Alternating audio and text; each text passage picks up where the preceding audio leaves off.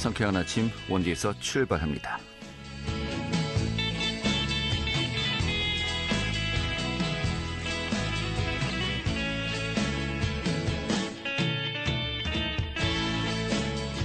안녕하십니까. 12월 6일 화요일 아침 인사드리겠습니다. 상쾌한 아침 원주에서 출발합니다. 진행의 한태호입니다. 현재 원주를 비롯한 강원 영서 남부 지역 약하게 눈이 내리고 있습니다. 오늘 낮까지 이어지겠다고 하는데요. 자, 이번에 내린 눈으로 인해서 도로가 좀 미끄러지는 곳 많을 것으로 보이죠. 또 출근길 교통안전과 낙상사고 유의하셔야겠습니다. 오늘 원주 지역의 아침 기온이 영하 6도로 시작했고요. 낮 동안은 3도까지 오르면서 예년 이맘때 기온을 회복할 것으로 보입니다. 또 내일부터 남은 한 주간은 예년 기온을 웃돌면서 큰 추위 없겠다고 합니다. 또 한 주간의 생활 참고하셔야겠습니다. 오늘 준비한 소식 살펴보도록 하죠. 그동안에 좀 많은 논란이 있었죠. 택시 부재의 전면 해제와 관련해서 어제 원주시가 이 전면 해제하겠다고 이제 발표를 했습니다. 당장 이번 주 금요일이군요. 9일부터 전면 해제하겠다고 발표했는데요. 어제 그 발표 현장 다녀왔습니다. 오늘 소개해드리겠고요. 또 산업노동 현장에서의 사고를 막기 위해서 제정된 법률이죠. 중대재해처벌법 그 실효성에 대해서 좀 문제가 제기가 되고 있는데 최근에 국민의힘의 노영호 의원이 이 개정안을 대표 발의했습니다. 오늘 그 내용 살펴보도록 하겠습니다. 또 한 주간의 도내 이슈도 취재 기자 연결해서 살펴보도록 하죠. 12월 6일 화요일 상쾌한 아침 원주에서 출발하겠습니다.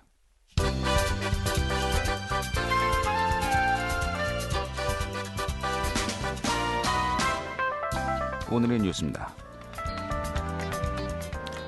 원광수 원주시장이 어제 원주시청에서 현안 브리핑을 열고 국토교통부의 훈령 개정과 또 택시 승차난에 따른 시민들의 불편을 해소하기 위해서 이달 9일부터 택시 부재 해지를 결정했다고 밝혔습니다. 또 법인 택시 처우 개선을 위해서 신규 또는 10년 이상의 무사고 기사에겐 매월 10만 원의 지원금을 지급하겠다고 덧붙였습니다. 2024 강원 동계 청소년 올림픽 개회시 강릉 평창 공동 개최 결정을 놓고 평창 주민들의 반발이 거세지고 있습니다. 이 평창군 번영회 등 각급 사회단체들은 어제 대관령면 사무소 앞에서 성명을 발표하고 이 주요 행사 대부분이 강릉에서 열리는 공동 개최는 이 주민들을 우롱하는 처사라면서 개회식 평창 개최를 촉구했습니다. 또 요구가 받아들여지지 않으면 대회 참여 전면 거부와 반대 집회 등에 나서겠다고 밝혔습니다. 원주시청 고위 공무원 당시 지인의 자녀 부정 채용에 관여한 혐의를 받고 있는 원주 의료기기 테크노밸리 백종수 전 원장에 대해서 징역형이 확정되었습니다. 대법원은 이 백 전 원장 측이 징역 8개월에 집행유예 2년의 형량이 과하다면서 냈던 상고를 기각했습니다. 백 전 원장은 2012년 원주시 상하수도 사업소장 당시 이 지인의 자녀를 상하수도 사업소 무기계약직으로 채용하는 데 관여한 혐의로 재판에 넘겨졌습니다. 오늘의 뉴스였습니다.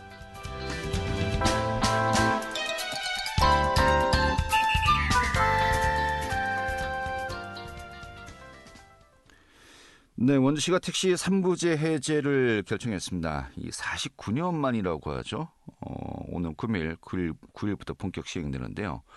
어제 그 발표 현장 다녀왔습니다. 자세한 내용 살펴보도록 하죠. 추인의 리포터 자리했습니다. 어서 오시죠. 네, 안녕하세요. 네. 자, 원광수 시장이 어제 택시 부재 해제를 발표했는데 먼저 그 결정을 하게 된 과정도 있지 않습니까? 또 이유도 있고요. 또 개요부터 먼저 살펴볼까요? 네, 원주시는 어제 브리핑을 열고 택시 3부제를 전면 해제한다고 밝혔습니다. 국토교통부가 택시 부제를 해제하는 내용을 담은 방향으로 훈령을 개정하면서 이미 전국의 70%가 넘는 지자체가 택시 부제 해제를 결정했는데요. 이런 전국적인 추세는 시민들이 택시를 잡는 데 어려움을 겪는 불편을 해소하기 위한 결정이라고 볼 수 있습니다. 원주 관내 택시 수는 개인 택시 1,200여 대, 법인 택시는 640여 대인데요. 이 중 3부제 해제 전에는 하루 운행 가능한 최대 택시 수가 1,200여 대였습니다. 이번 9일부터 택시 부제가 해제되면 시민들이 택시 승차에 어려움을 겪는 출퇴근 시간과 심야 시간대에 택시 수가 20% 이상 증가하는 효과가 기대됩니다. 1973년부터 택시 부제가 시행된 이후 49년 만에 부제 해제가 결정된 건데요. 원주시는 특히 연말 연시를 맞아서 택시 승차난을 겪는 불편을 없애고 또 추운 겨울 심야 택시를 이용하는 시민들의 안전을 위한 결정이라고 설명했습니다. 원강수 원주시장 이야기 들어보겠습니다. 시민의 안전한 귀가를 위해 불철주야 헌신하고 계신 택시업계 관계자 여러분, 시민의 안전 보호와 불편 해소를 최우선의 가치로 삼아 택시 부제 해제에 적극 동참하여 주시기를 부탁드립니다. 부제 해제 시에 일부 택시 운수 종사자분들의 수입 감소와 늘어난 택시로 인하여 발생할 수 있는 교통 체증 등 앞으로 해결해야 할 과제가 많이 있지만 신속하고 적극적으로 해결해 나갈 것을 분명히 약속드립니다. 개인 택시 기사분들에게도 간곡히 당부의 말씀을 드립니다. 시민의 불편을 해소하고 특히 연말 심야 택시 승차난 완화를 위해 책임감과 사명을 가지고 운행하여 주시길 부탁드립니다. 네. 자, 원주 관내 택시 수가 개인 택시가 1,200여 대, 법인 택시가 640여 대라고 했는데 사실 이 부재 해제를 놓고서 법인 택시 또 개인 택시 양측의 입장처가 굉장히 팽팽했습니다. 좀 논란이 많았었는데 자, 이번 결정에 대해서 좀 양측의 반응, 입장은 어떤지 또 궁금하군요. 네, 원주시는 택시업계와 간담회 설문조사를 진행하면서 그동안 의견 조율과 또 최선의 결정을 이끌기 위한 과정을 진행해 왔는데요. 개인 택시업계의 경우 부재 해제에 찬성하는 쪽이지만 법인 택시는 여전히 싸늘한 반응입니다. 어제 시청 앞에는 법인 택시 기사들이 모여서 해제 반대 집회를 하기도 했는데요. 택시 운행량이 늘면서 택시 간 경쟁이 늘고 수입이 줄어들 것이란 우려 때문입니다. 또 법인 택시 기사는 회사의 당일 소득의 일부를 납부해야 하는데 부재가 해제되고 영업 일수가 늘면 이 산납금의 양도 늘고 소득이 줄어든 상황에서 산납금을 내는 것에 대한 부담이 있다는 입장입니다. 네. 원주시는 좀 이에 대해서 좀 뭔가 그 보완책을 어제 또 발표를 한 것 같아요. 어떤 내용입니까? 네, 원주시는 법인 택시 기사들의 처우 개선을 위한 대안도 내놨는데요. 법인 택시에서 6개월 이상 1년 미만 근무한 신규자와 또 10년 이상 무사고로 장기 근속한 고경력자에게는 매월 10만 원의 인센티브를 지급할 예정입니다. 또 브랜드 택시, 콜택시 운영비 지원도 확대하는데요. 부재 해제에 관한 택시 기사들 이야기 들어봤습니다. 부재가 없으면 이제 자유롭게 일을 할 수 있어서 좋고 또 뭐 차량 정비 이런 것도 쉬는 날 하는 게 아니라 일할 때도 또 손님 없을 때도 가서 정비를 하고 그러니까 부재가 풀면 수입면도 올라가고 원주 시민들이 좋을 것 같아요. 지금도 이게 주말이 되면 일단 지금 현재도 원주 시내가 지금 택시가 포화 상태예요. 법인 기사 같은 경우는 특히 산납금이라는 문제가 있기 때문에 저희가 산납금 입금하기가 힘듭니다. 그리고 근무 일수가 늘어나기 때문에 교통사고 위험률도 훨씬 더 높아지고 하기 때문에 저희는 결사 반대입니다. 네. 이 두 번째 목소리는 어제 그 또 반대 집회 현장에서 또 이야기를 들은 것 같습니다. 좀 찬반 입장이 있었고요. 하지만 또 이제 뭐 전기차 등은 또 이런 그 부재에 어떤 뭐 적용을 받지 않았기 때문에 형평성 문제도 있었고요. 또 정부의 방침이 바뀌었기 때문에 뭐 큰 흐름은 어쩔 수 없었던 것 같습니다. 하지만 또 분명히 또 지자체 차원에서 택시 부재 해제 정착을 위해서 노력을 해야 되지 않겠습니까? 또 어떤 계획들이 있다고 합니까? 네, 원주시는 앞으로도 부재 해제 이후에 택시기사들의 경제적 부담을 줄일 수 있도록 지속적인 협의를 진행하면서 지원을 이어갈 계획인데요.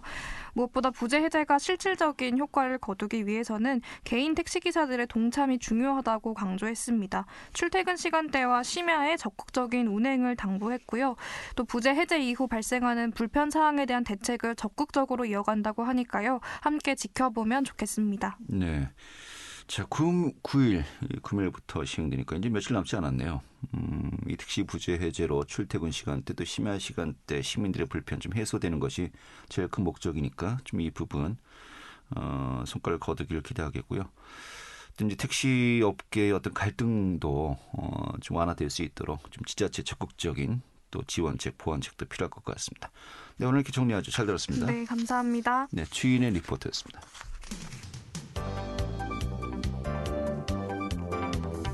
생생한 현장, 유익한 생활 정보를 전해드리겠습니다. KBS 원주라디오 상쾌한 아침 원주에서 출발합니다를 함께하고 있습니다. 네, 산업 노동 현장에서의 사고를 막기 위해서 제정된 법률이죠. 중대재해처벌법 올해부터 시행이 되고 있는데 지금 실효성에 대해서 좀 이야기가 계속 나오고 있습니다. 이런 가운데 국민의힘의 노영호 의원이 지난달이죠. 이 법률의 일부 개정 법률안을 또 대표 발의하기도 했습니다. 오늘 노영호 의원 연결해서요. 좀 그 내용 살펴보도록 하겠습니다. 의원님. 네, 안녕하십니까. 노영호 의원입니다. 예, 반갑습니다. 예, 반갑습니다. 좀 개인 신상부터 좀 여쭤봐야 되겠습니다. 네, 네. 현재 그 춘천 갑지역구입니까?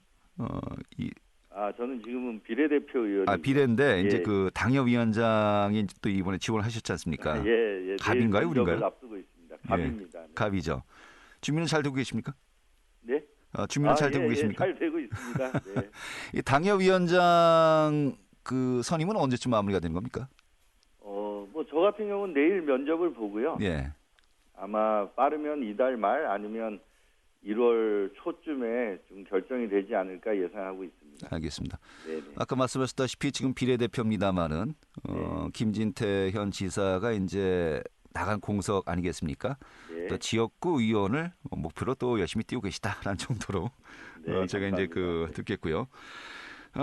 오늘 내용입니다. 중대재해처벌법 올해 1월부터 시행이 되고 있는데 네. 이 법의 개념이 어떤 건지 좀 짤막하게 먼저 설명을 해주시죠. 예, 뭐 잘 아시겠지만 중대재해처벌법은 작년 1월 26일에 제정이 돼서요. 올해 이제 시행되고 있습니다. 법률 이름 그대로 이제 중대한 산업재해가 일어나서 인명피해가 발생을 할 경우에 사업주나 경영 책임자에 대한 처벌을 강화한 것인데요. 일단 처벌을 통해서 안전을 강화하자는 것이 취지입니다. 네. 예. 뭐 적용 대상을 말씀드리면 상시 근로자가 5인 미만인 사업장을 제외한 사업주와 경영 책임자, 또 공공기관의 장, 우리 장관이나 도지사, 시장 등을 말하겠죠. 네. 이런 경영 책임자가 이제 그런 근로자 사망 사고가 발생했을 때는 그 책임자가 1년 이상 징역 또는 10억 원 이하의 벌금을 또 물게 돼 있고요. 네. 그 외 부상의 경우에는 7년 이하의 징역 또는 1억 원 이하의 벌금을 징수하는 그런 처벌법입니다. 일단 이 처벌의 수위가 결코 가볍지는 않다고 생각합니다. 알겠습니다. 그런데 지금 말씀하신 것처럼 처벌의 수위가 가볍지 않다고 생각했습니다. 네. 생각하신다면 말씀하셨는데 너무 이제 그 처벌 위주로만 이 법이 제정되면서 좀 실효성이 있느냐, 그리고 이게 그건 제대로 그 사고를 막을 수 있느냐라는 점에 있어서 좀 많이 또 논란이 있는 것 같습니다. 어떤 입장이십니까? 네, 그렇죠. 저도 이제 뭐 이렇게 결과를 쭉 보다 보면 사실 아직 1년은 안 됐습니다만 지금 12월까지 이렇게 진행된 사항을 보면 큰 실효성이 없다는 게 또 어떤 이런 기관이나 이런 전문가들의 입장이고요. 네. 사실 그 고용노동부 8월까지 통계를 보더라도 1년 전보다는 한 9명 정도 그치는데 이렇게 그쳤습니다. 그러다 보니까 효과가 미미하다는 얘기가 나오고 있고요. 우리 강원도 같은 경우도 올해 9월까지 기준을 보면 그 사고 사망자 수가 31명입니다. 네. 보통 저희가 전국 평균 0.43%보다 한 2배 수준 정도를 강원도가 사고가 많이 생기는데 이 사고 사망 만인율로는 한 0.58% 줄었지만 사실 이 31명 정도도 극적인 그런 감소 효과라고 볼 수는 없다고 생각됩니다. 네, 알겠습니다. 이런 가운데 지금 개정안을 이번에 대표 발의한 거 아니겠습니까? 네. 어떤 내용들을 담고 있습니까? 제가 이제 대표 발의한 법안 내용에 대해 보면 일단은 뭐라 그럴까? 우리가 지금까지는 이제 처벌을 많이 강화를 했잖아요. 네. 그거보다는 예방에 좀 중점을 두자.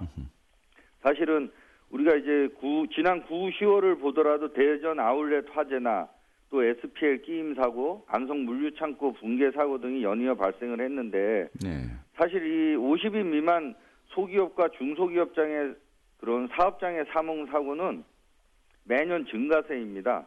2021년 기준 전체 사고만 해도 저희가 중소기업장들이 한 80%를 차지하고 있고요. 네. 근데 이런 분들에 대해서 어떤 처벌만 좀 강화를 한다 그러면 사실 이런 처벌에 대한 어떤 그런 그 방침들이 능사는 아니라고 생각을 했고 네.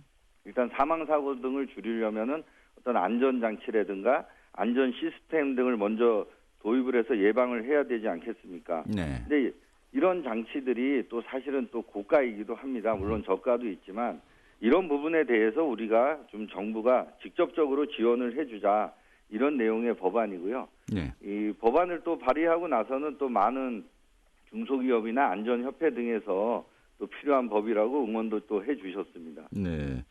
이 사실 중소기업 사업장의 사고 발생률이 훨씬 높다라고 예, 통계치가 그렇죠. 나오고 있기 때문에 네. 이런 그 지금 영세한 이 사업체의 그 예방 대책을 인프라를 지원하자. 좀 이런 취지를 이제 이해하면 되겠군요. 예, 그렇습니다. 예, 알겠습니다.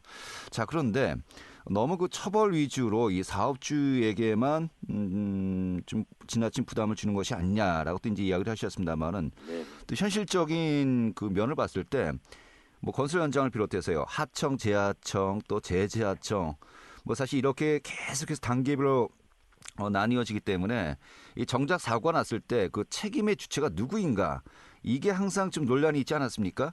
네, 이 부분을 맞습니다. 어떻게 보면 명확하게 하자. 일단 원청업체가 책임을 지고 하청, 재하청까지 이제 관리 감독하도록 하자라고 하는데 그 취지는 어떻게 보십니까?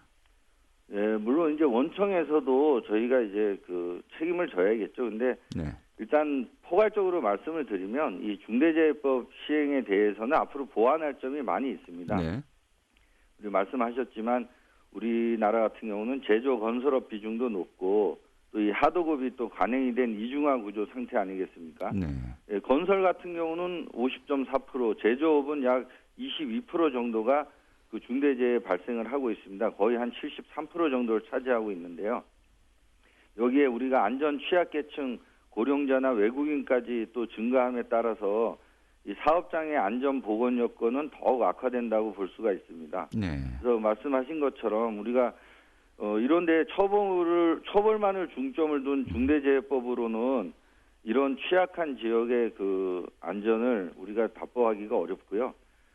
그러다 보니까 기업 같은 경우는 또 안전장비 투자하는 것보다 대형 로펌에다가 자문을 통해서 처벌 회피하는 데만 또 집중을 하고 있습니다. 네.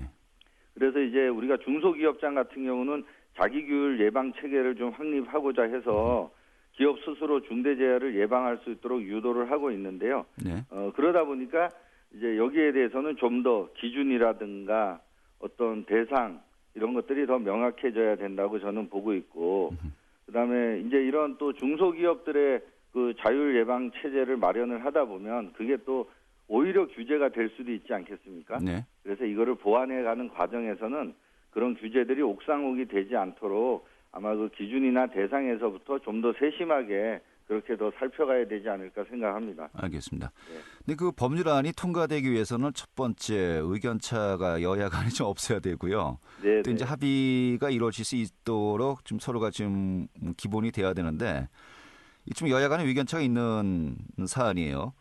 또 현재 또 다수당이 또 민주당이기도 하고요. 좀 개정 통과 가능성 어느 정도로 보십니까? 저는 뭐 이거는 그 뭐 중대재해에 대한 처벌을 회피하자는 게 아니고 네. 처벌은 지금 처벌 조항대로 있지 않습니까? 네. 그렇지만 이제 그거 처벌보다도 실질적으로 우리가 안전이라는 어떤 생명이라는 거에 대한 그런 수치를 감소시켜 나가기 위해서는 예방이란 부분에 중점을 두자는 어떤 추가 제안이기 네. 때문에 이 법에 대해서는 뭐 야당도 크게 반대하지 않을 거라고 저는 생각하고 있습니다. 알겠습니다. 예, 예. 예방을 위한 인프라를 확충해야 되는데 사실 영세 사업장에서는 좀 한계가 있다. 그렇습니다. 이 부분을 좀 지원할 수 있는 좀 부분을 개선하자. 네. 충분히 또 공감이 가는 것 같습니다. 알겠습니다. 좋은 결과 기대하겠습니다. 예, 감사합니다. 네, 국민의힘의 노영호 의원이었습니다.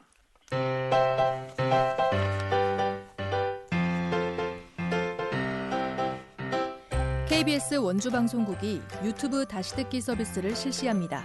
매일 아침 강원 영서남부권의 뉴스와 정보를 전해드리는 상쾌한 아침 원주에서 출발합니다는 KBS 원주라디오 유튜브 채널을 통해 다시 들을 수 있습니다.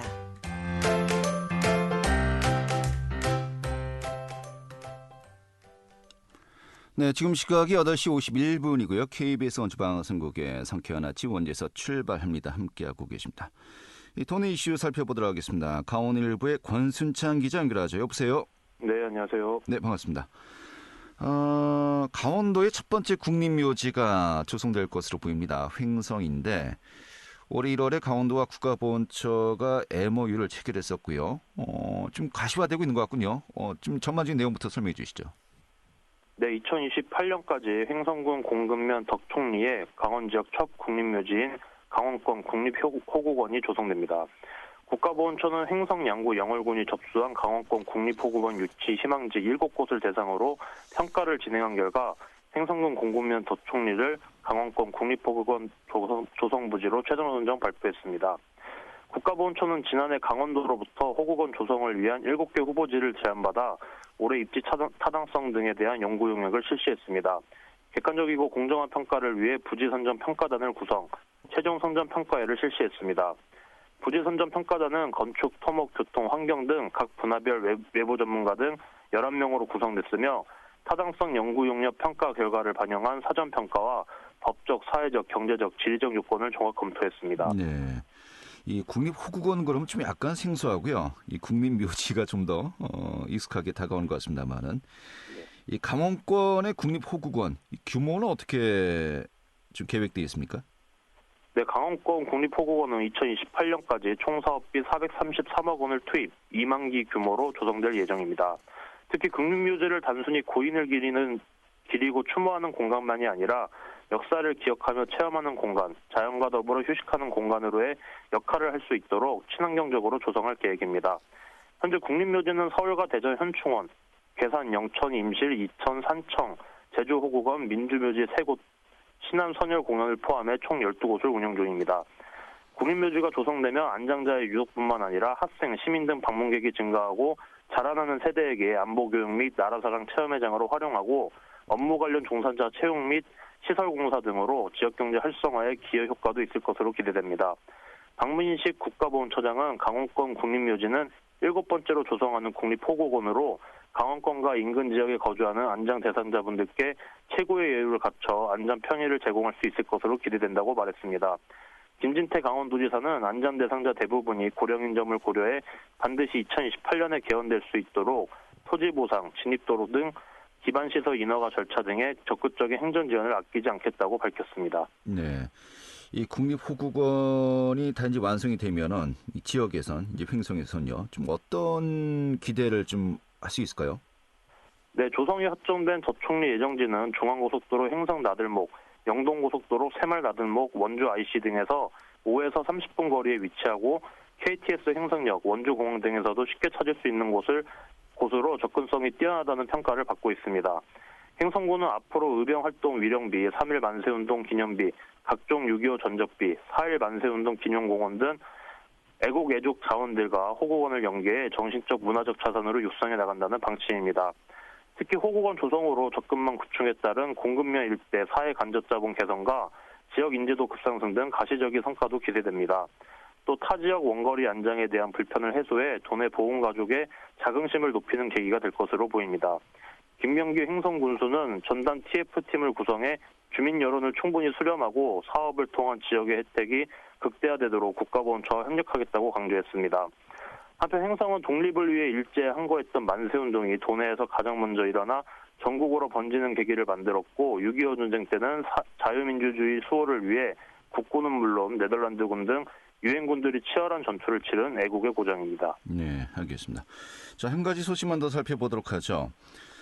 수도권 광역급행철도, 이 GTX, 이 춘천 또 원주 쪽 이 강원권 연장을 위해서 좀 많이들 좀 노력을 하고 있는데 최근에 국토교통부가 원주시 또 춘천시에 이 자료 제출을 요청했어요. 좀 어떤 의미로 받아들일 수 있을까요? 네, 국토교통부가 춘천시와 원주시 등의 GTS 연장을 위한 각종 자료 제출을 요청하는 등 GTS 노선의 강원권 연장에 대한 본격적인 검토에 나섰습니다. 한국교통연구원은 최근 춘천과 원주를 비롯해 인천, 성남, 남양주 등의 일제히 GTS 확충을 위한 장래 개발 계획 자료를 요청한 것으로 확인됐습니다. 한국교통연구원의 이 같은 움직임은 지난 6월 국토교통부로부터 의뢰받은 GTS 확충 통합계획 연구 용역을 진행하기 위함입니다. 이 용역은 현재 추진 중인 GTS A, B, C의 강원권을 비롯한 연장계획, 신규 도서 확충 등을 종합 검토하게 됩니다. 이와 관련해 국토교통부는 한국교통연구원을 통해 춘천시와 원주시에 2019년 이후 준공됐거나 향후 준공 예정인 시 전역의 개발계획 일체를 요청한 것으로 알려졌습니다. 강원도는 이 같은 국토교통부의 용역을 거쳐 춘천과 원주가 GTS 노선에 포함될 경우 지역의 획기적인 발전을 기대하고 있습니다. 춘천시는 인천 송도에서 마석을 잇는 GTS B를 춘천까지 연장하는 방안을 추진 중입니다. 혼잡도 증가로 인한 ITS 춘천의 운행 횟수 감소 및 열차 지연을 막기 위해서는 연장이 반드시 필요한 상황입니다. 원주시는 GTS A 노선의 원주 연장을 추진 중인데 경기 파주와 동탄을 잇는 GTS A를 강남 수서에서 광주 노선과 연결해 KTX 강남선과 연결하겠다는 구상입니다. 이처럼 국토부가 GTS 강원권 연장 가능성을 검토하면서 연구 용역이 종료되는 내년 상반기에는 연장 가능성을 가능할 수 있을 것으로 보입니다. 네, 알겠습니다. 정부에서 이제 검토를 하기 시작했다라는 정도로 네. 생각을 하고요. 너무 또 큰 기대는 하지 말아야 될 것 같습니다. 하지만 또 열심히 노력을 해야 되겠죠. 오늘 이렇게 정리하겠습니다. 고맙습니다. 네, 감사합니다. 네, 강원일보의 권순찬 기자였고요. 자, 12월 6일 회의를 함께했던 KBS 원주방송국의 상쾌한 아침 원주에서 출발합니다. 오늘 소식은 여기까지입니다. 내일 아침 다시 뵙도록 하죠. 고맙습니다.